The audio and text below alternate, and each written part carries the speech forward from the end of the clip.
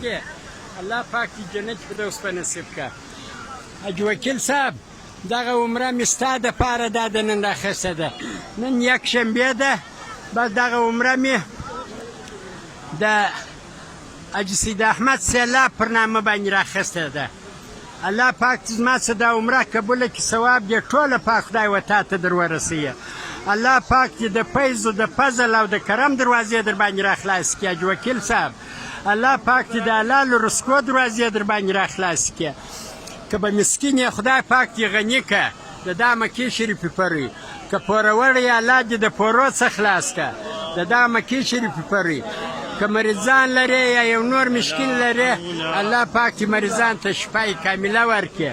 حاج وکیل صاحب الله پاک دې آخره خاتمه پر ایمان که. خدای پاک دې په ورځ د آخرت و تا ته عملنامه پرسته لاس درکړي. حاج وکیل صاحب سید احمد سیلاب صاحب الله پاک دې په هغه 18,000 قومه کې د شرمولو څه وساته. خدای پاک دې د نبي علیه صلات وسلام شفاعت په نصیب که. حاج وکیل صاحب لکه تا چې د خوارو د یتیم و د کونډې و د مسکین خدمت کړی دی، ته په دغه دعا ورځې. الله پاک دې د نبی علیه السلام شفاعت په نصیب که. الله پاک دې د نبی علیه السلام مجلس په نصیب که. حاج وکیل صاحب الله پاک دې د نبی علیه صلات وسلام سره د عرش تر سایه لاندې کښېنوه په ورځ د آخرت د خپل ټوله فامیله سره. الله پاک چې د پلیسیرات هغه د 3,000 کالو لار و تا ته 15 دقیقې جوړه کړي.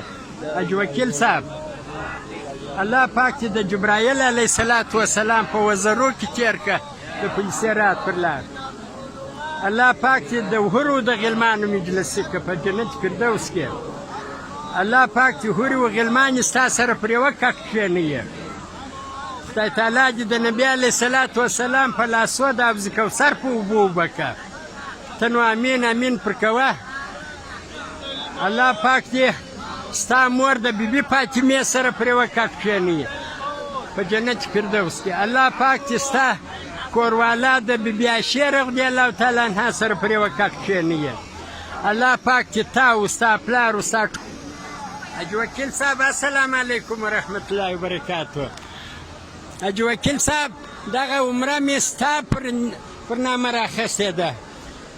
د حاجي سید احمد سیلاب پر نامه مې دغه عمره راخیستې ده. ته په عرض یې، ته د خوارو د یتیم و د کونډې و د مسکین په خدمت کې ولاړ یې. د خوارو د یتیم و د کونډې و د مسکین خدمت کوې. ته په عرض یې او ستا مور و پلار په دغه دعا ارځي. زه به ستا مور و پلار ته دعا کوم، ته امین امین پر کوه چې دغسې بچی یې زېږولی دی.